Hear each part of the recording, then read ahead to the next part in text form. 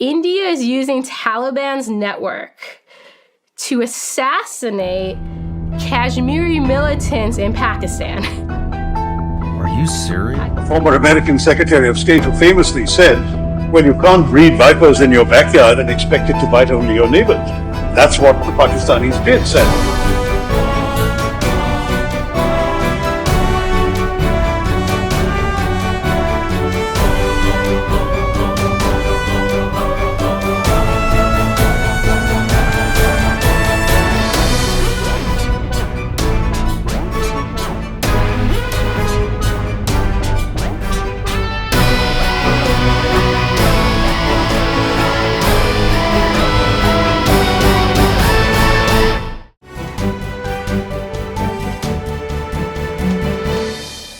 Operation സിന്ദൂറിന് പിന്നാലെ പാകിസ്ഥാന്റെ ശവപ്പെട്ടിയിലെ അവസാന ആണിയും അടിക്കാൻ പദ്ധതിയൊരുക്കി ഇന്ത്യ. ഇന്ത്യക്കെതിരെ ഇനി ചെറുവിരൽ അനക്കാൻ പോലും പാകിസ്ഥാൻ 10 വട്ടം ആലോചിക്കും. ഒരു കാലത്ത് പാകിസ്ഥാൻ ചാരസംഘടനയായ ISIയുടെ മാനസപുത്രനായ താലിബാനെ ഇന്ത്യ തങ്ങളുടെ വരുതിയിലാക്കിയതോടെ പാകിസ്ഥാന് ഇനി ഉറക്കമില്ലാത്ത നാളുകൾ. ഒരു കാലത്ത് ഇന്ത്യ ശത്രുപക്ഷത്ത് നിർത്തിയിരുന്ന താലിബാനുമായുള്ള ഇന്ത്യയുടെ ബന്ധം പുതിയ തലത്തിലേക്കും പടരുന്നു. ഓപ്പറേഷൻ സിന്ദൂറിലൂടെ 100-ലേറെ തീവ്രവാദികളെ വധിച്ചുവെന്നാണ് ഇന്ത്യയുടെ കണക്കുകൾ.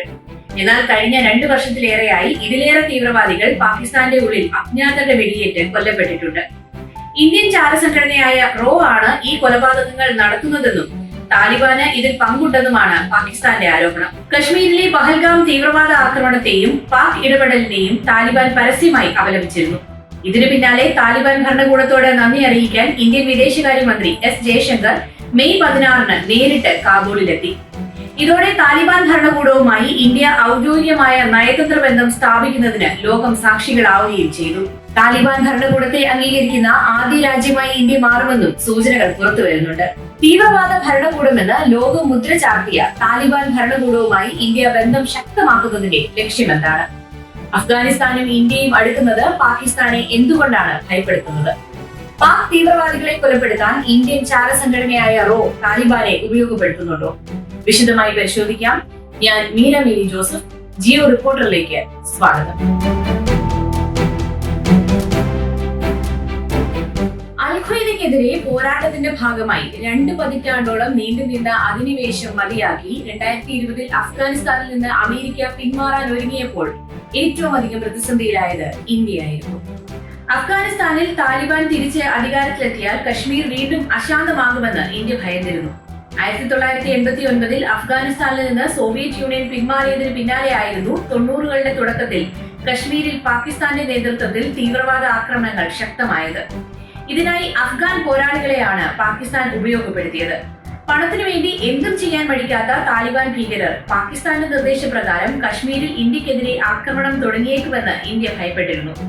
അമേരിക്കയുടെ തിരക്കിട്ട പിന്മാറ്റവും പിന്നാലെ അഫ്ഗാൻ സൈന്യത്തിന്റെ അപ്രതീക്ഷിത പതനവും താലിബാനെ വൻ ആയുധ ശേഖരത്തിന്റെ ഉടമകളാക്കിയതും ഇന്ത്യയുടെ ആശങ്കയ്ക്ക് കാരണമായി. കണക്കുകൂട്ടലുകൾ തെറ്റിച്ച് താലിബാൻ അപ്രതീക്ഷിതമായി ഭരണം പിടിച്ചെടുത്തതോടെ അഫ്ഗാൻ സർക്കാരിന്റെ 10 ബില്യൺ വരുന്ന വിദേശ നാണ്യശേഖരം അമേരിക്ക മരവിപ്പിച്ചിരുന്നു. താലിബാൻ ഭരണകൂടത്തിനെതിരെ കടുത്ത ഉപരോധങ്ങളും പ്രഖ്യാപിച്ചു. അമേരിക്കൻ പിന്മാറ്റത്തോടെ താലിബാനെ വീണ്ടും കയ്യിലെടുക്കാമെന്ന് കരുതി പാകിസ്ഥാൻ രംഗപ്രവേശനം ചെയ്തെങ്കിലും കടുത്ത സാമ്പത്തിക പ്രതിസന്ധിയിലായിരുന്ന പാകിസ്ഥാനിൽ നിന്ന് അഫ്ഗാനിസ്ഥാന് ഒരു പ്രയോജനവും ഉണ്ടായില്ല.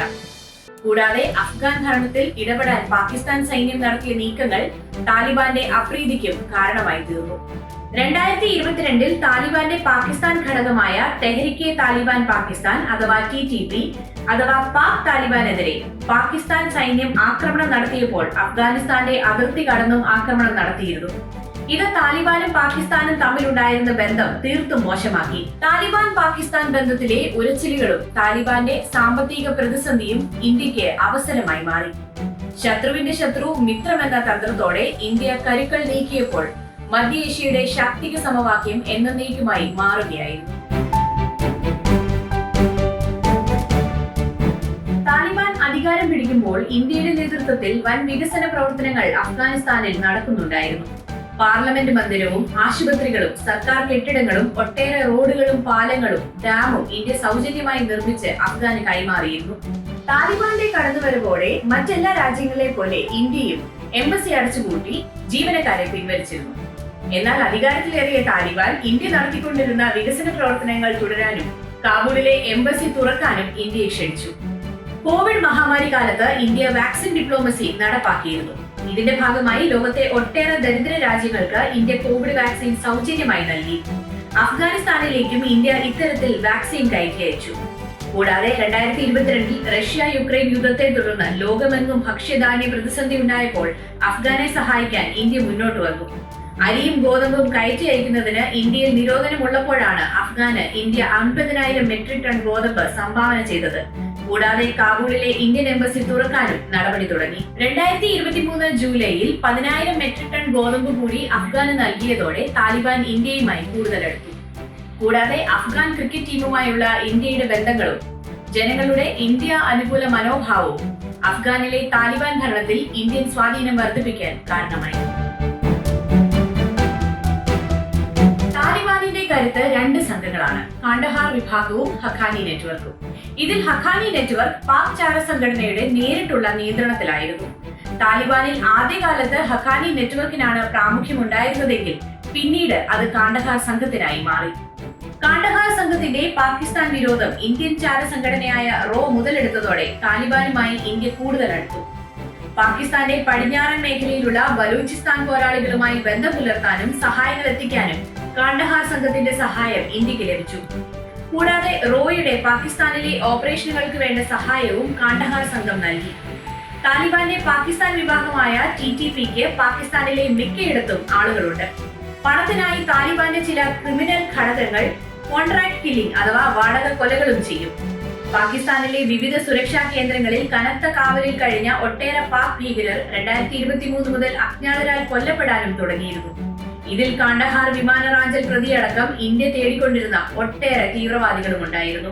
പാക് താലിബാനെ ഉപയോഗിച്ച് ഇന്ത്യൻ ചാര സംഘടനയായ റോയാണ് ഈ കൊലപാതകങ്ങൾ നടപ്പാക്കുന്നതെന്നാണ് പാകിസ്ഥാന്റെ ആരോപണം. ഇതിനു പകരമായി താലിബാൻ ഭരണകൂടത്തെ ഇന്ത്യ സാമ്പത്തികമായി സഹായിക്കുന്നതായും പാകിസ്ഥാൻ ആരോപിക്കുന്നുണ്ട്. കാനഡയിലും പാകിസ്ഥാനിലുമുള്ള റോയുടെ രഹസ്യ ഓപ്പറേഷനുകളെ കുറിച്ച് കൂടുതൽ അറിയാൻ റോ പുതിയ മൊസാദ് എന്ന ഞങ്ങളുടെ മുൻ വീഡിയോ കാണുമല്ലോ.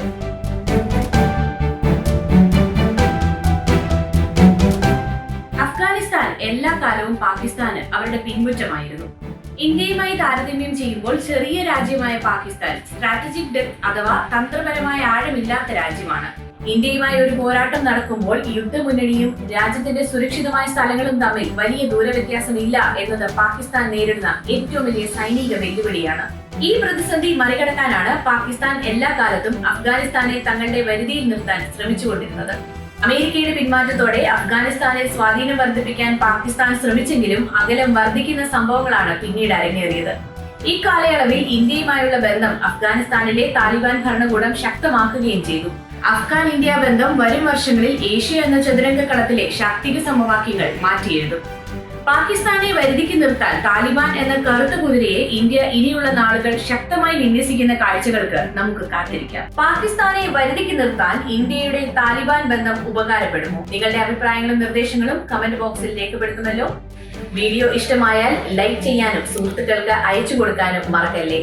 മറ്റൊരു വീഡിയോയുമായി വീണ്ടും കാണാം. നന്ദി.